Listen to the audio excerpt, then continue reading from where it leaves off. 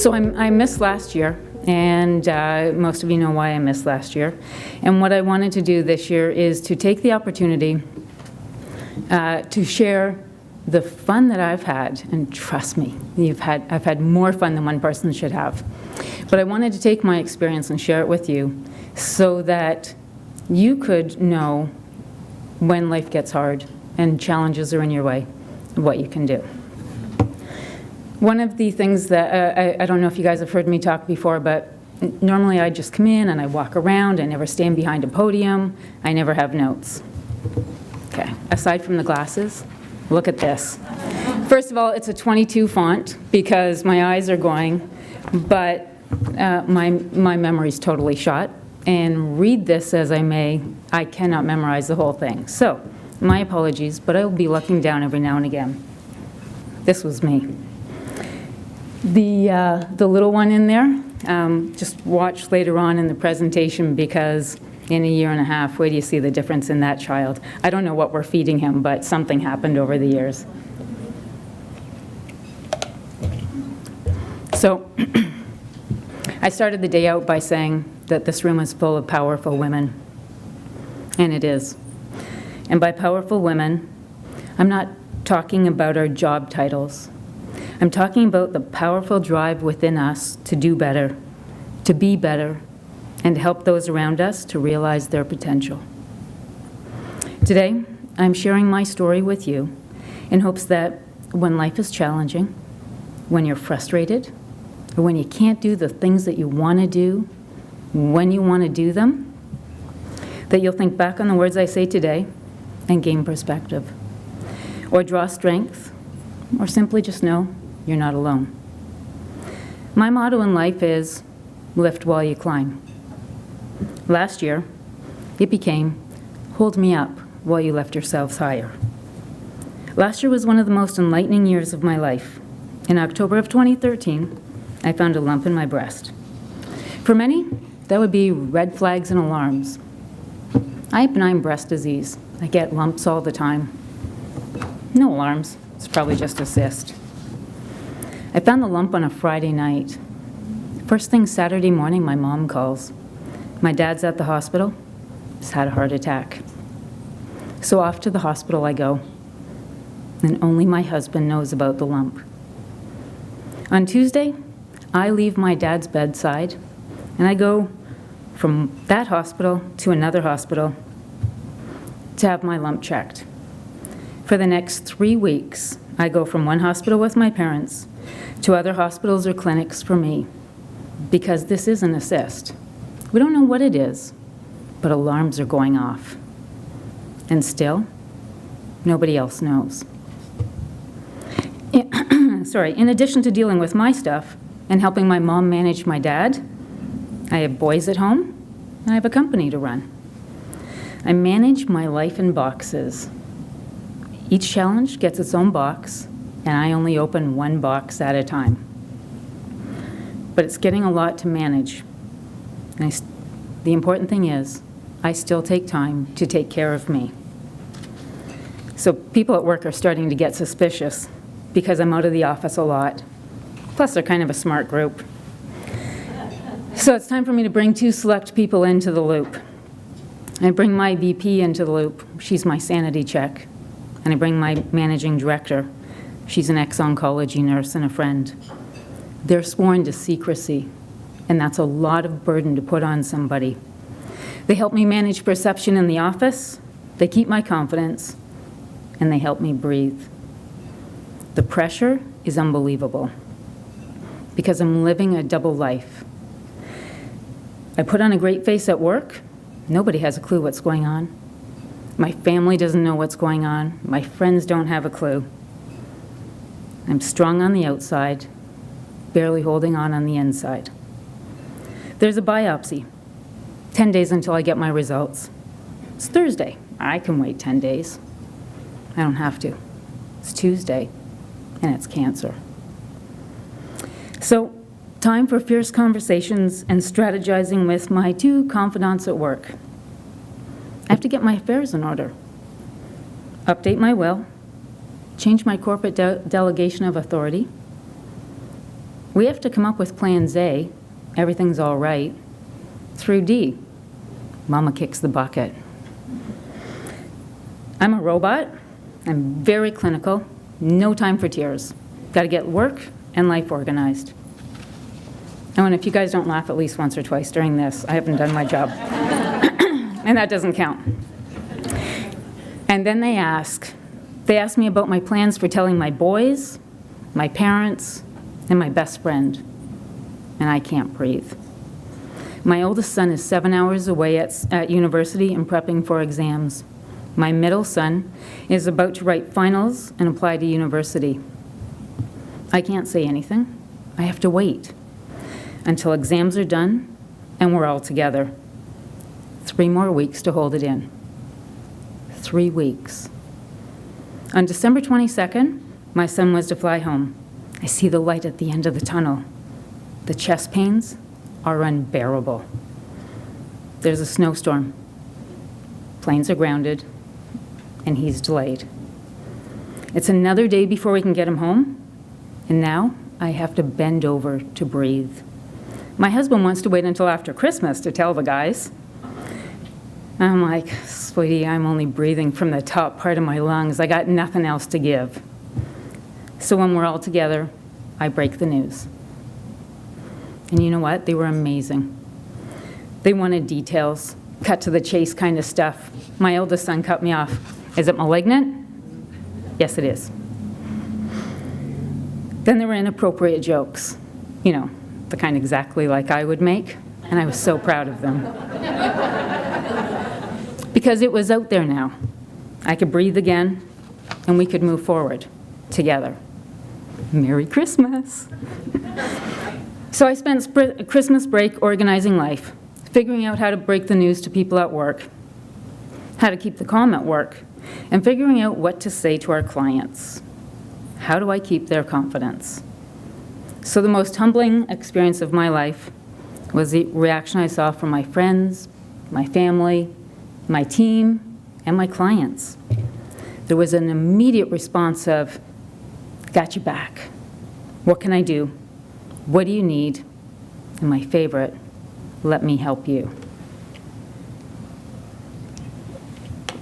You see, I'm a leader. I'm strong. I'm horrible at asking for help. My job is to help others. Surgery, January 14th. They removed 3 lumps from my breast. And then they removed 4 sentinel nodes from my armpit. The original lump I found turned out to be 2 lumps side by each. When they were doing an MRI, they found another lump. Imagine what could have been if I hadn't have found the lump. Check your boobies. Okay? So surgery was Tuesday, and I was back at the office at work on Friday, because I'm not letting this cancer thing get me down. Plus, you know, there was a hockey game I wanted to go to on Saturday, and growing up, my mom always said, if you miss school on Friday, you're not allowed to go out on Saturday. So I got to go to work on Friday. The waiting is brutal. It wreaks havoc on your brain, and it sucks the life out of you. It took 2 weeks to get my diagnosis. One of my nodes has a trace of cancerous cells. We're doing chemo, and then a bilateral mastectomy, because you get one chance to try and kill me, and if I catch you, you're gone. So during the next week, I actually heard nothing from the hospital, doctor, healthcare workers. It's the typical, hear nothing, now stop everything you're doing and go to this test right now. Seriously? Do they not get that we have a life? So I rearrange my schedules. I cancel my meetings so I can make all of these last-minute tests, but then they go too far. They book a test during a time when I have a hair appointment scheduled. Day 1 of chemo was February 14th. I'm hitting all of these days wonderfully, aren't I? Happy Valentine's Day. There was only one word I could use to describe how I was feeling that day, and that was petrified. But like everything else in life, You can't focus on what scares you. You have to focus on what needs to be done and then just go and do it. So my appointment's at 12:15, and they don't take me until 3 o'clock. There were many big lessons that day. Things like, things are never as bad as we imagine. And when you're dealing with the healthcare system, nobody cares about your time. But my biggest lesson was probably cancer is psychological warfare. The drugs may sit you on your bottom and make your hair fall out, but the psychological game is much, much harder. Chemo on Friday, into work on Monday, because, the world needs me to go to work. It's a short day, but I got this. Simple. On Tuesday, my body told me, you're not going to work till 11. And I could only stay until 4 when I'd get really, really tired. My words would start slurring. Well, fight as I may, I would go home, sleep for 30 minutes after work, followed by an occasional nap after dinner, and then into bed by 10. And I found out 2 really interesting things. The first is, I don't understand what the term take it easy means. No idea. The second thing I learned was, my body will sit me flat on my behind when I've exceeded what the normal limit for take it easy is. So one of my chemotherapy treatments is known as the Red Devil, and it is. Within 2 weeks of my first treatment, my hair started coming out. On a Thursday, I'm putting product in my hair. I look down at my hands and there's hair everywhere. On Friday, while I was in the shower, it started really coming out. At one point, there was a large knot stuck in my bangs, but I couldn't pull it, because if I did, my hair would come out in bunches.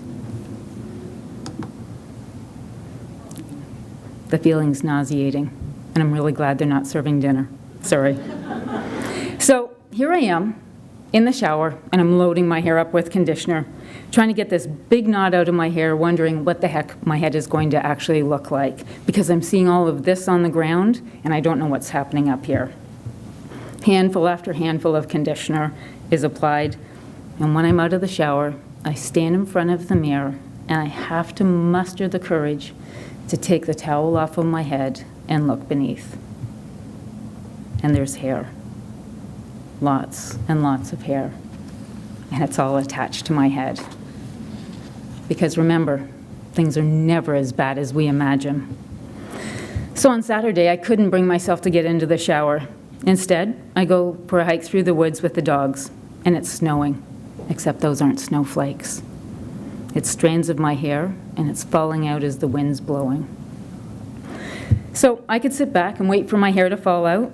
Over the next few days, I could do my best to preserve every last strand that was still living, or I could grab the bull by the horns, take control of the uncontrollable, and lose my hair on my terms. Like many things in life, I had no control. But taking control over one little thing gave me the sense of power I so desperately needed. Attitude is everything. Things will go exactly in life as your attitude predicts. The shaving in my head could have been a somber occasion. We made it a family event. Couldn't give Mama the best haircut. Come on, if you're going to do something hard, have fun and laugh and that. Notice the height difference on the kid in the green. It's a big step losing your hair. It's that reality check. This is really happening. It took me a long time to be brave enough to take off my hat and let people see me, because I was hiding. The number of times that my son and I went out into public so I could try and take off my hat, but I couldn't. We went to the grocery store every night for a week. My hat was too heavy. I could have worn a scarf or a hat or a wig, but I didn't. I chose to put my big, beautiful, bald head out there for everyone to see. It was power. It was strength. It was my way of telling others that they don't need to hide. It was an invitation to talk and ask questions. I used to get tongue-tied when I talked to people with cancer. What if I say the wrong thing? Now I'm opening up the world for them, opening it up for them to talk. When life throws you a challenge, you have to catch it with one hand and throw it back with the other. Don't be passive, own it. Be brave enough to take off your hat and show the world your vulnerabilities. Be wise enough to know that those aren't vulnerabilities, those are strengths. When you talk with others, your problems get smaller, more manageable. When you show your vulnerability, you help others become stronger, more powerful, and better. Cancer's a nasty thing. It'll ruin your life if you let it. 1 treatment down, 7 to go. I'm learning interesting things.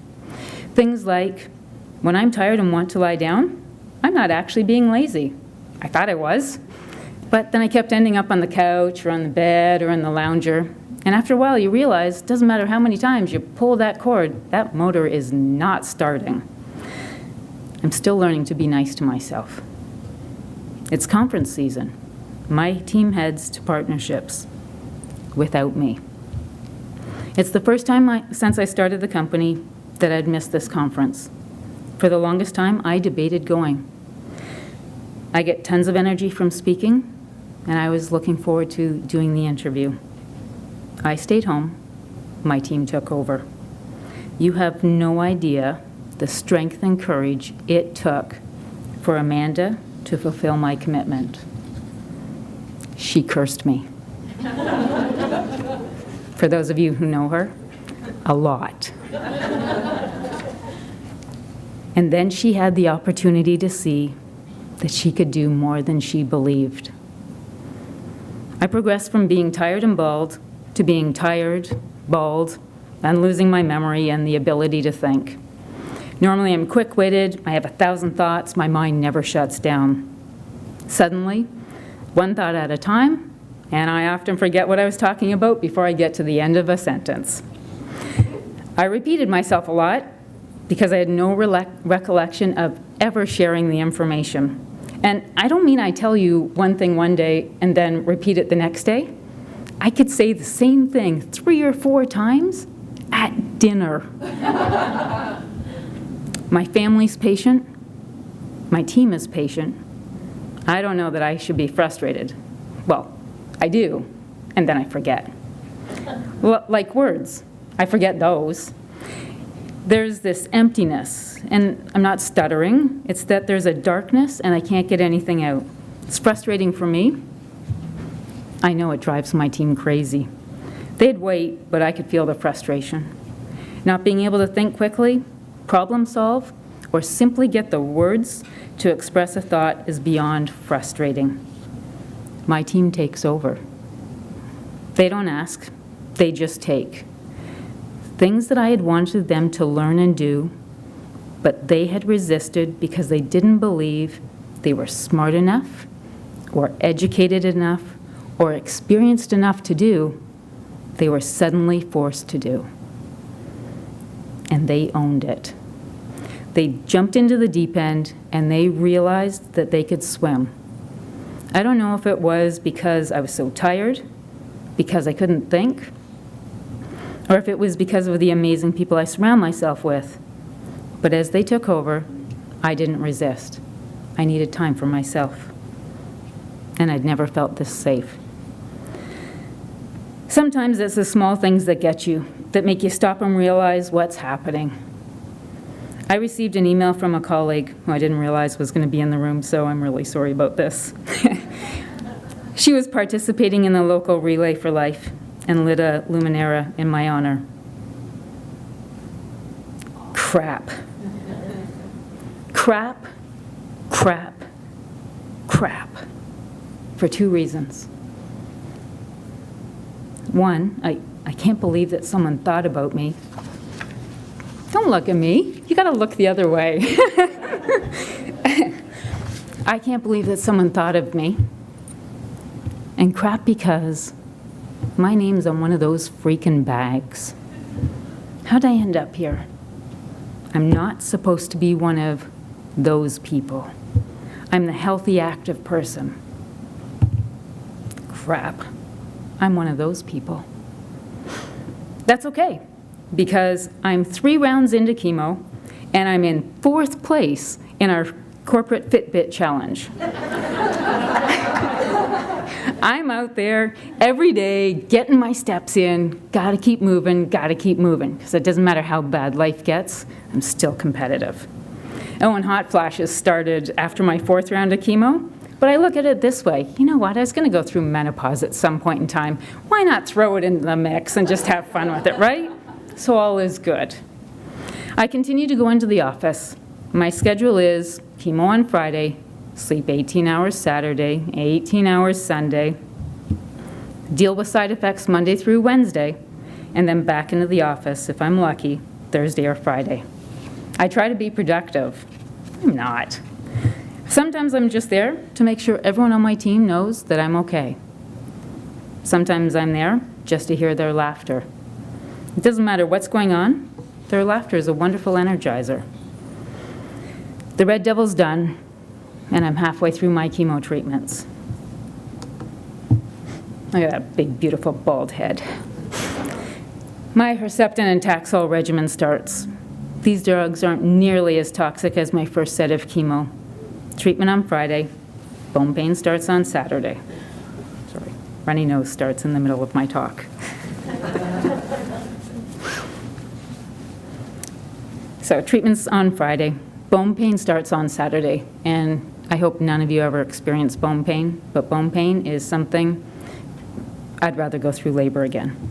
It's brutal until Wednesday, and then it goes away. So at least I know the rules of the game. Remember those rules I talked about. Information helps me cope, and the more information I have, the more coping mechanisms I have, and the easier it is to deal with things. I can survive until Wednesdays, and at least there's no nausea. And then it happened. It's hard to explain and put into words how I was feeling, mostly because I've never experienced this before. Frustrated is a possibility, angry is another. Mostly I was angry. Very, very angry. I was angry with what I'd become and how different it was from me. I couldn't find me anymore, and believe it or not, I missed me. I had no energy, I couldn't think, and I couldn't work. And I hit the lowest point in my life. I wrote about it in my blog, and a friend reached out and helped me put everything in perspective. He said, "The old you is having a break. Back off and give her some breathing room." Perspective back in place. Attitude trying to shift. Be kind to yourself when you're doing your best. While I was learning to come to terms with my anger, I actually learned how incredibly lucky I am to have the support team that I have. There was a young guy in his mid-20s, sitting a couple chairs down from me in the chemo clinic. He was getting the Red Devil. He wasn't chewing ice, and he didn't have gum or mints in his mouth while the devil was being injected. And I knew exactly what he was smelling and tasting, and it's not nice. In fact, it's why I can never drink ice water again. As soon as he was done getting his injection, he put his shirt up over his nose, and I knew exactly what was happening. I don't usually talk with other patients when I'm in for treatment. I don't want to be part of their group. But that day I made an exception, and I spoke up. I asked him if anyone had told him to chew ice before, during the devil injection. No, they had not.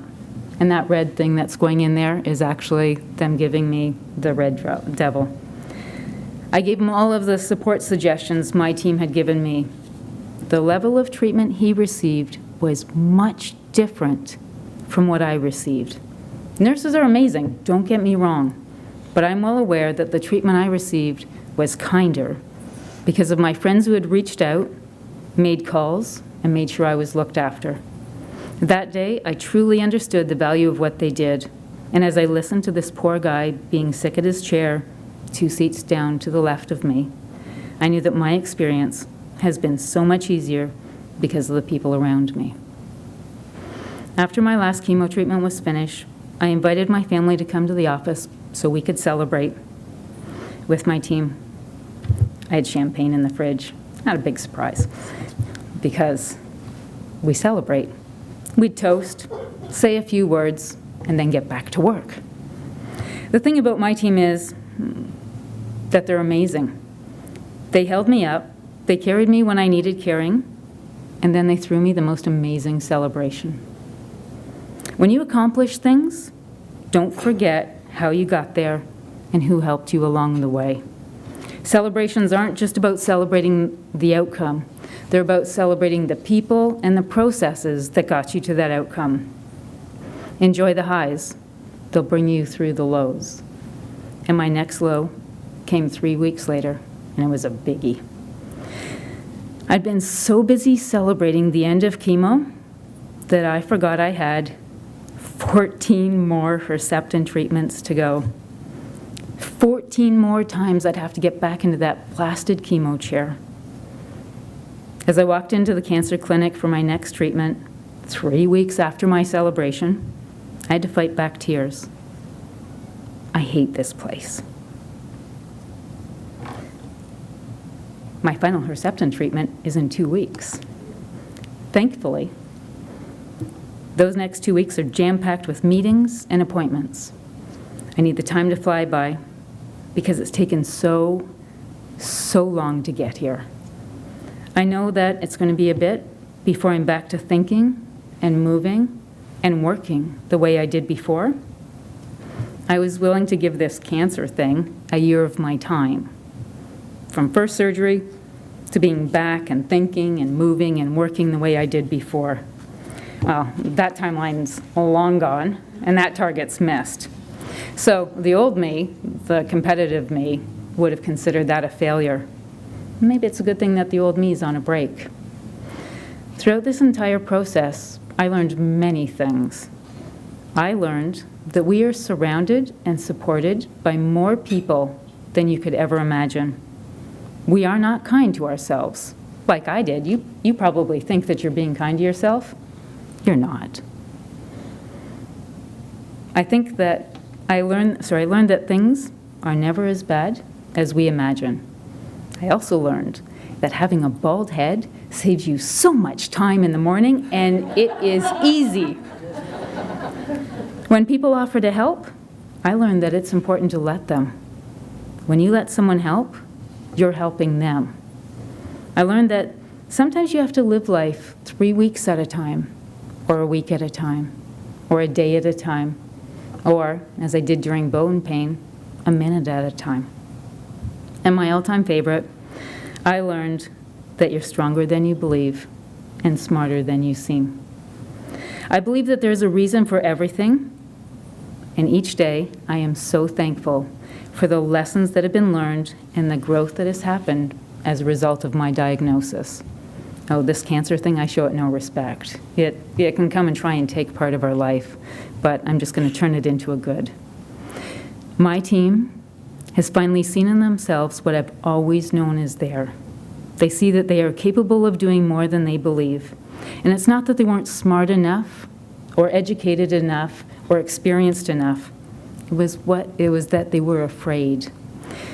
They were limiting themselves because some voice inside of their head was saying, "You're not ready." Well, guess what? You're never ready. Taking the first step is the hardest. And when there's a challenge, there's no time for fear. You have to take a big breath and move forward. You can move, or the world will move you. The company I'm coming back to is much stronger than the company I left. The people are stronger. They're ready. When I look in the mirror, I see big red scars where my breasts used to be. I see the scars in my armpit and the ones on my sides. I could focus on the port in my chest and the scars that the insertion and removal will surely leave. I could focus on my puffy face or this body that looks nothing like I've ever known before. When I look in the mirror, I have a choice. I could see all of those things and be devastated by what this disease and these drugs have done to me. Or I can be thankful that I didn't become emaciated and fade away. I don't see surgery scars. I see battle scars. And please, don't call me a survivor. I'm a conqueror. That's the attitude that's going to let you kick adversity to the curb. This is a room full of powerful women. Powerful women who understand that it's not just about climbing or growing. It's about being a leader. It's about being strong enough to show your vulnerability so others who may not be as strong as you can pull from your strength. It's about learning to ask for and accept help. Sorry, oops, little Freudian slip there. It's about showing each other how to face adversity with strength and decorum. I stand vulnerable in front of you today, sharing my story in hopes that in the future, when life is throwing things at you, that you'll think back to this day and know you can do it. My motto in life used to be, lift while you climb. Now I say, powerful women hold each other up while we lift ourselves higher. Thank you.